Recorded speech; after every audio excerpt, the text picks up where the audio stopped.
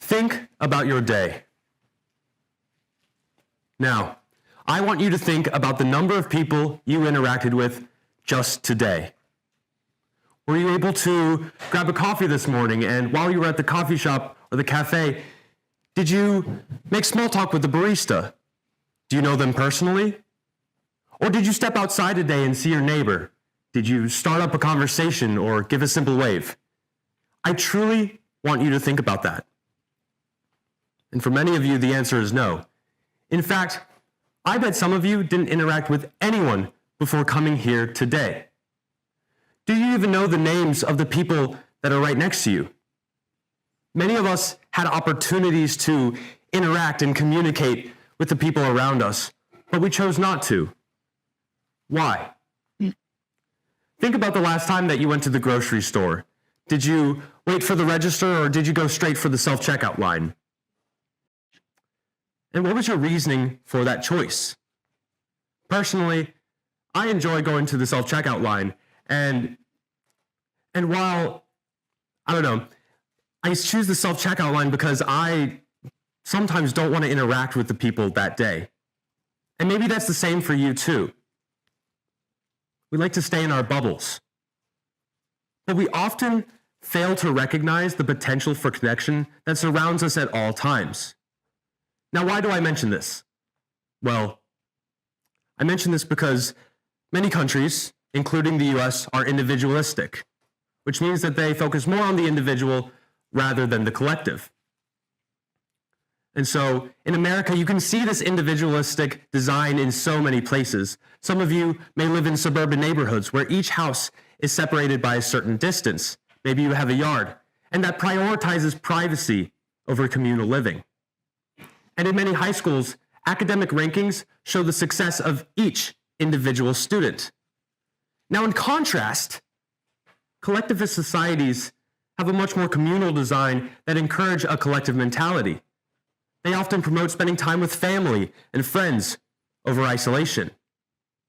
And so with that, I want to ask you this question.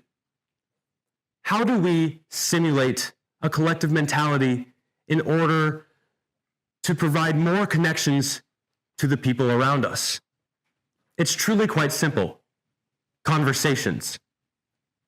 Some conversations that we have on the day-to-day, whether it be with a colleague or a family member or a friend, may not seem like that big of a deal. But even those short conversation starters such as, hey, or good to see you, can mean quite a lot to someone. Every time someone has said hi to me or asked how I'm doing, it makes me feel noticed. Each one of those greetings is a quick sign of appreciation.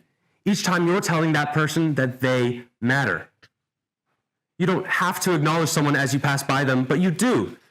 You're taking the time, even for a couple of seconds, to show someone that you care about them and that they are worth building a connection with. It is human nature to seek connection and social interaction, as it tends to increase life satisfaction and overall happiness. And so, with that, so many countries that focus on and emphasize and prioritize their communities tend to see happier citizens that are also more connected than the nations that center around individualism. And so, with that, I also want to ask you the question again. How do we simulate the connection? How do we simulate a collective mentality in order to provide connection, more opportunities for connection between people? And so those conversations come back to us. And so us humans are naturally look for connection.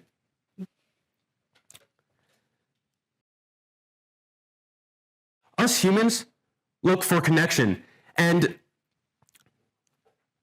I just want to say that the journey to understand a person, place, or thing can mean so much. They can make meaningful interactions. Finding what truly matters to people results in stronger relationships and more dynamic conversations. Some of the best conversations that I've ever had were the ones I've had on my travels. I've met some amazing people from all over the world, whether that be Italy or China or exotic places like Maryland. And each time, there's always something interesting to talk about. Since we grew up in completely different places, our lifestyles are completely different. The food we eat, the music we listen to, our native languages, they all impact our lives, experiences, and beliefs. So, conversing with someone of different ideas and backgrounds from you can open the doors to endless questions to ask and so many things to learn. Since we share less ideas and beliefs, our conversations are so much more interesting and they can be an opportunity to learn. All you have to do is take the time to really understand the person. So trying to understand someone with a different ideology from you, no matter who it is, can lead to longer, more engaging discussions.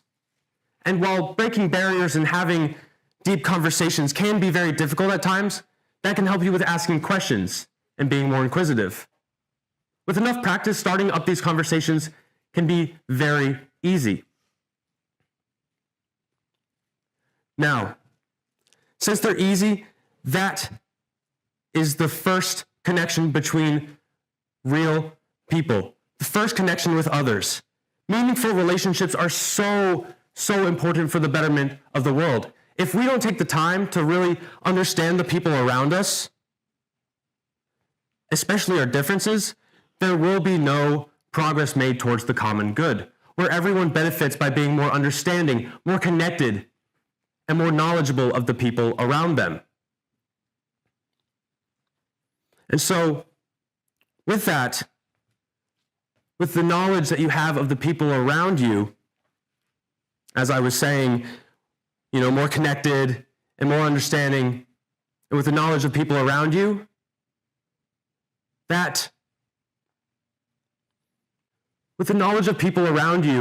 it's just really difficult to even think about the connections that you can make if you're so similar. If you're different, it provides so many more opportunities. And so this brings me to that idea of the digital technology. These divisive conversations that we have are great, but new perspectives can lead to even more engaging discussions. So we need to find those different perspectives. And one great place is social media, because we live in a time with digital technology and social media, which is used by 4.8 billion people around the world. That's a lot of people. And so these tools could easily allow people to interact with other people halfway across the world. But with how social media is crafted nowadays, I often find myself not feeling very social.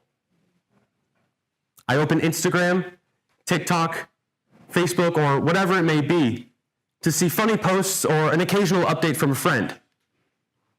I give a quick glance, a like, if I'm feeling generous, and then on to my next meme, scrolling endlessly.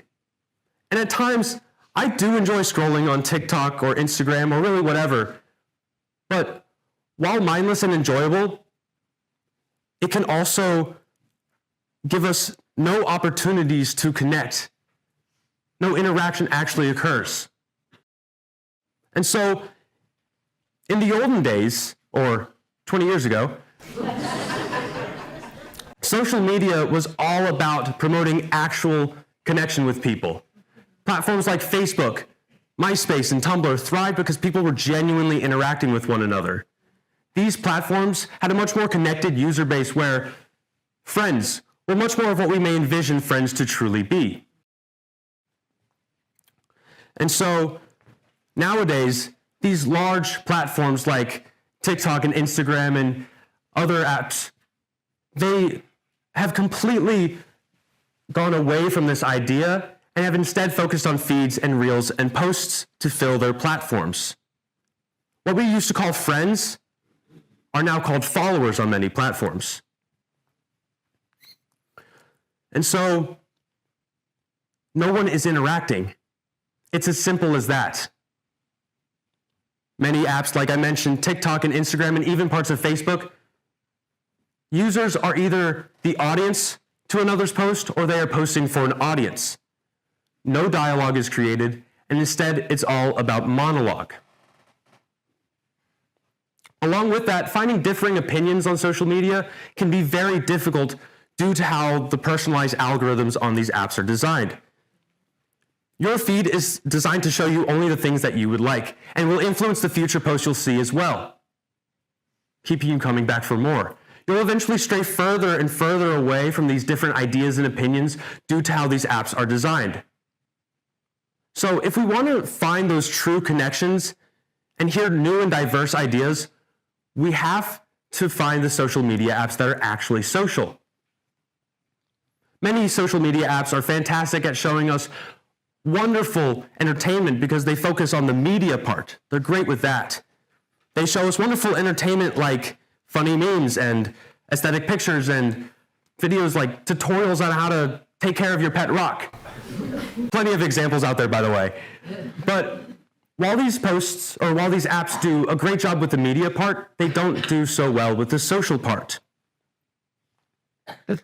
And so I challenge you to shy away from mindlessly scrolling through social media and instead try to join groups and communities on other platforms.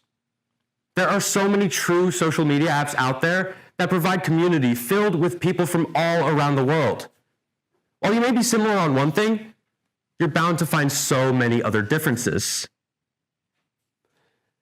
And so, yeah, you'll find all of those differences, right? So you'll find those differences, and then eventually you'll be able to, meet people. And we can't become so reliant on social media and our devices to make connections that we completely forget about the people directly in front of us. In-person connection is what adds meaning to life. And if we completely forget about the people in front of us, in-person connection requires a physical and emotional presence. And while we do want to find people online, they could be from all around the world, they're right at our fingertips at all times. So like I was saying, in-person connection requires a physical and emotional presence. So now, think about the rest of your day. I really want you to think about that. Will you have opportunities to interact with the people around you? If so, what will you do in those scenarios? If you're at the grocery store later, or whatever it may be, try to start up a conversation with someone random. It could create a connection or even just make their day. And instead of going on social media when you get home, try to think of what interests you and join communities and groups on platforms where you can hear new perspectives. We can use our differences to unite us. And with certain steps, we can make social media social. Thank you.